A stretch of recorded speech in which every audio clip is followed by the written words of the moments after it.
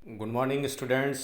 आज public finance का एक महत्वपूर्ण बिंदु हम इस वीडियो में ले रहे हैं जो एमए फाइनल में विद्यार्थियों के लिए भी है और बीए सेकेंड ईयर के भी कोर्स में है। अतः इस पब्लिक फाइनेंस का यह महत्वपूर्ण टॉपिक जिसे हम पब्लिक रेवेन्यू सार्वजनिक आय या आगम के बारे में आज इस वीडियो में आपको बताने का प्रयास करेंगे। विद्यार्थियों, सार्वजनिक आय में राज्य द्वारा प्राप्त केवल उस आय या उस राशि को सम्मिलित किया जाता है जिसे सरकार को वापस नहीं करना पड़ता है। यानी हम जो सार्वजनिक आय की बात करते हैं, पब्लिक रेवेन्यू की बात करते हैं, तो पब्लिक रेवेन्यू सरकार की वह आय है जिसे सरकार को वापस नहीं करना पड़ता। यहाँ आपको ध्यान देने की बात है कि जैसे सार्वजनिक ऋण है, यह भी एक समय के लिए सरकारों की आगम बन जाता है, लेकिन इसे वापस करना पड़ता है। अतः आप पब्लिक रेवेन्यू में और पब्लिक डेब्ट में अंतर समझें। पब्लिक डेब्ट जो है वह पब्लिक रेवेन्यू का हिस्सा नहीं है क्योंकि वह वापस करना पड़ता है। अब हम लेते हैं पब्लिक रिसिप्ट में क्या क्या बातें आती है, जिसके अंतर्गत राज्य को मिलने वाली वो समस्त धनराशि सम्मिलित की जाती है, चाहे यह रकम राज्य की आय हो या नहीं। सार्वजनिक प्राप्ति में सार्वजनिक ऋण से प्राप्त द्रव्य को भी सम्मिलित किया जाता है। यानी जब हम सार्वजनिक प्राप्ति की बात करते हैं तो उसमें सारी राशि शामिल हो जाती है, वो धनराशि प्राप्त हो जाती है, चाहे वो टैक्स से मिले या नॉन टैक्स से मिले, वो सब शामिल हो जाता है पब्लिक रिसिप्ट में। लेकिन पब्लिक रेवेन्यू में केवल दो भाग माने गए हैं और वह भाग जो पब्लिक रेवेन्यू के हैं वह है, एक तो आपका टैक्स कर आगम जिसे हम टैक्स रेवेन्यू कह सकते हैं, और दूसरा पब्लिक रेवेन्यू का दूसरा भाग है गैर कर आगम जिसे हम नॉन टैक्स रेवेन्यू कहते हैं। और यह जो बांटी गई है नॉन टैक्स रेवेन्यू में आपकी फ़ी है, प्राइस है, मूल्य, रेट है, गिफ्ट है, स्पेशल असेसमेंट है यानी विशेष कर, और इसके अलावा सार्वजनिक संपत्ति और सार्वजनिक उद्यम से जो भी आय प्राप्त होती है वह इन सार्वजनिक जिसे आप कह सकते हैं पब्लिक रेवेन्यू का हिस्सा माना जाता है। अब विद्यार्थियों, इसमें सबसे महत्वपूर्ण बिंदु जो बनता है सार्वजनिक आय के साधन के रूप में, मैं सीधा उस बिंदु पर आना चाहता हूँ और वह है टैक्स। टैक्स के संबंध में विभिन्न विद्वानों ने अलग अलग परिभाषाएं दी है। उसमें सेलिंगमैन ये कहते हैं कि कर व्यक्ति द्वारा सरकार को अनिवार्य अंशदान के रूप में सार्वजनिक हित के कार्यों पर व्यय करने के लिए दिया जाता है। देखिए, ध्यान दीजिए, व्यक्ति चुकाता है, किसको चुकाता है? सरकार को चुकाता है। यह अनिवार्य अंशदान है जो व्यक्ति को देना पड़ता है और सरकारें इस धन से क्या करती है? सार्वजनिक हित के कार्यों पर व्यय करती है। इसका विशेष लाभ से संबंध नहीं होता, यानी जिसने टैक्स दिया है उसका कोई विशेष लाभ इससे हो, ऐसा नहीं है। तो सेलिंगमैन की परिभाषा को यदि मैं एक बार फिर से आपको क्लियर करूं तो वो ये कह रहे हैं कि कर व्यक्ति द्वारा सरकार को अनिवार्य अंशदान के रूप में सार्वजनिक हित के कार्यों पर व्यय करने के लिए दिया जाता है और इसका किसी विशेष लाभ से संबंध नहीं होता है। यह एक अनिवार्य भुगतान है। इसी प्रकार एक और अर्थशास्त्री हुए हैं जिनका नाम है बेस्टेबल। बेस्टेबल टैक्स के बारे में कहते हैं कि टैक्स व्यक्ति अथवा व्यक्तियों के समूह के धन में से दिया गया एक अनिवार्य अंशदान है, यानी व्यक्ति की आय से या एक ग्रुप की आय के टोटल भाग में से दिया जाने वाला एक अनिवार्य अंशदान है जो सार्वजनिक सत्ताओं की सेवाओं के लिए दिया जाता है। यानी सरकार द्वारा जो सेवाएं उपलब्ध कराई जाती है उसके लिए दिया जाता है। इन सेवाओं से हालांकि व्यक्ति का सीधा सीधा बेनिफिट मिले यह कोई ज़रूरी नहीं है। कर के संबंध में एक महत्वपूर्ण परिभाषा डॉल्टन ने भी दी है। डॉल्टन का कहना है कि कर को किसी सार्वजनिक सत्ता द्वारा लगाया गया सार्वजनिक अंशदान माना है। टैक्स क्या है? किसी सार्वजनिक सत्ता यानी सरकार द्वारा लगाया गया सार्वजनिक अंशदान माना गया है और कर के बदले में करदाता को मिलने वाली सेवा का कर से कोई संबंध नहीं होता है। यानी करदाता को सरकार से कोई सेवा मिलती है तो उस सेवा का टैक्स से कोई संबंध नहीं है। अब हम टैक्स के यदि अलग अलग विशेषताओं की बात करें, लक्षण की बात करें, तो आप ध्यान से सुने कि नंबर 1, टैक्स है एक अनिवार्य भुगतान है। टैक्स क्या है? एक अनिवार्य भुगतान है। इसकी विशेषताओं की बात करें में हम कर की विशेषताएं,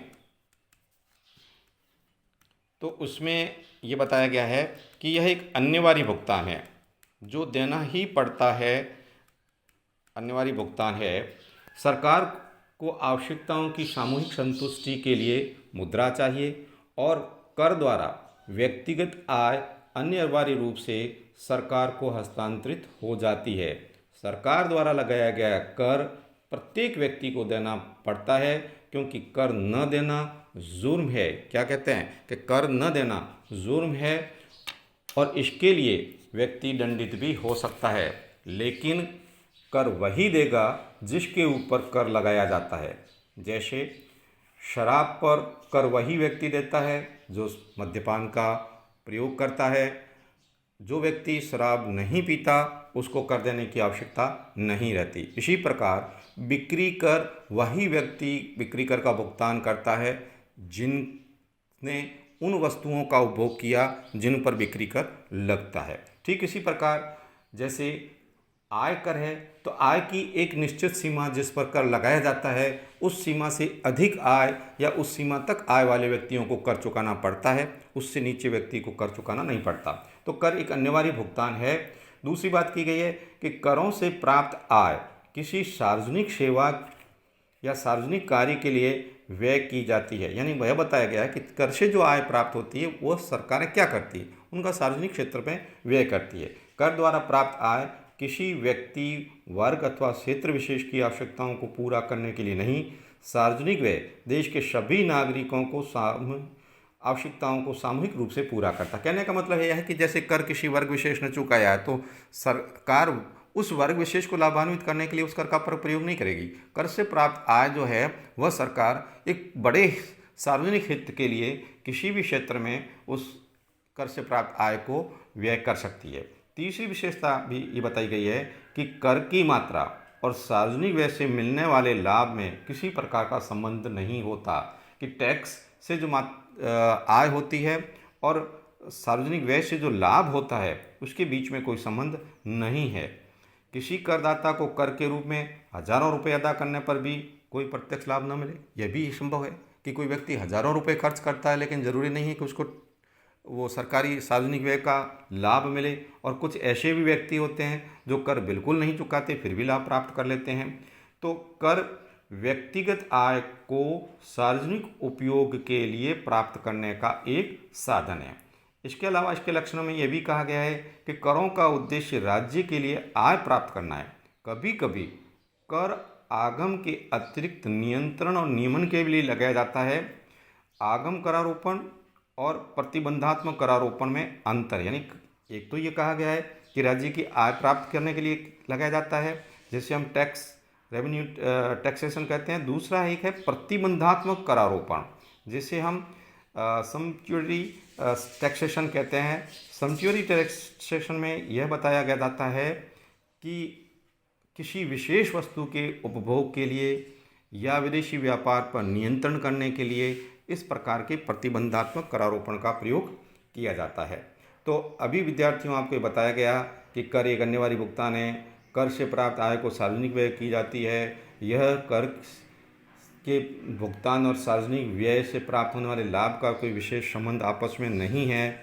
और यह बताया गया है कि कर से प्राप्त आय कभी कभी आगम को अतिरिक्त नियंत्रण के लिए भी इसका प्रयोग किया जाता है। कर देना व्यक्तिगत उत्तरदायित्व है। पांचवी बात ये कही गई है कि कर देना हर व्यक्ति का एक नैतिक रेस्पॉन्सिबिलिटी है, मॉरल रेस्पॉन्सिबिलिटी है। जिस व्यक्ति पर कर लगाया जाता है वह कर देने के लिए रेस्पॉन्सिबल है और यदि नहीं देता है तो उस पर जुर्म भी डाला जा सकता है। तो ये तो बात हुई टैक्स के बारे में कि टैक्स क्या है, टैक्स की परिभाषा क्या है और टैक्स के संबंध में मुख्य लक्षण क्या है।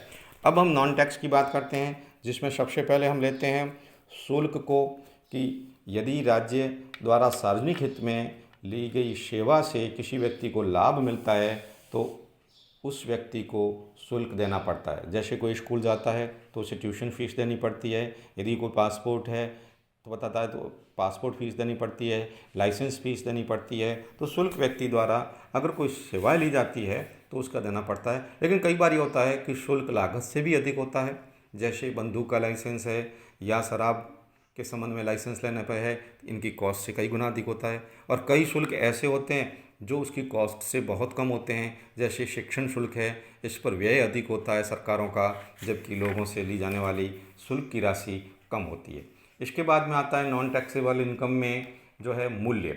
सरकार द्वारा प्रदान की जाने वाली विशेष सेवाओं के लिए मूल्य लिया जाता है। सरकार कोई सेवा देती है तो उसके लिए मूल्य देना पड़ता है आपको। जैसे आप बस में सर्विस करते हैं, बस में सेवा लेते हैं, तो आपको बस किराया देना पड़ेगा, रेल का किराया देना पड़ेगा, वाहन का किराया देना पड़ेगा, घर में बिजली की सप्लाई होती है तो उसका देना पड़ेगा आदि। इसके बाद नॉन टैक्सेबल में आता है विशेष कर, जिसे हम स्पेशल असेसमेंट कहते हैं। यह कर जो किसी विशेष सार्वजनिक कार्य की लागत वसूल करने के लिए वसूल किया जाता है, उसे हम विशेष कर कहते हैं। जैसे किसी गांव विशेष में कोई विशेष सुविधा उपलब्ध कराई तो उस सुविधा के बदले में सरकार जो टैक्स लेती है वो स्पेशल असेसमेंट कहलाता है। इसके अलावा एक दर भी नॉन टैक्सेबल इनकम कहलाती है, जिसमें स्थानीय सरकारों द्वारा विभिन्न कार्यों के लिए अचल संपत्ति के मूल्य पर लगाई जाती है। और जैसे नगर निगम हैं, नगर पालिकाएँ हैं, नगर परिषदें या जिला परिषदें हैं, पानी मकान आदि के लिए जो टैक्स वसूल करती है, यह दर के रूप में आता है। इसे हम दर कह सकते हैं। तो इस प्रकार आज जो आपको पब्लिक रेवेन्यू के बारे में बताया कि पब्लिक रेवेन्यू में और पब्लिक डेब्ट में क्या अंतर है, और फिर पब्लिक रेवेन्यू के कौन कौन से भाग है, जिसमें कर आगम, गैर कर अंशदान आदि बताया, टैक्स की परिभाषाएं बताई, टैक्स के लक्षण बताए। आप इस वीडियो को अच्छी तरह से देखें, और यदि इसमें किसी तरह के आपको समझने में या आपकी कोई क्यूरियोसिटी हो तो आप फ़ोन करके पूछें। धन्यवाद। हम अगले वीडियो में आपके लिए फिर नई सामग्री के साथ शीघ्र ही उपस्थित होंगे। Thank you.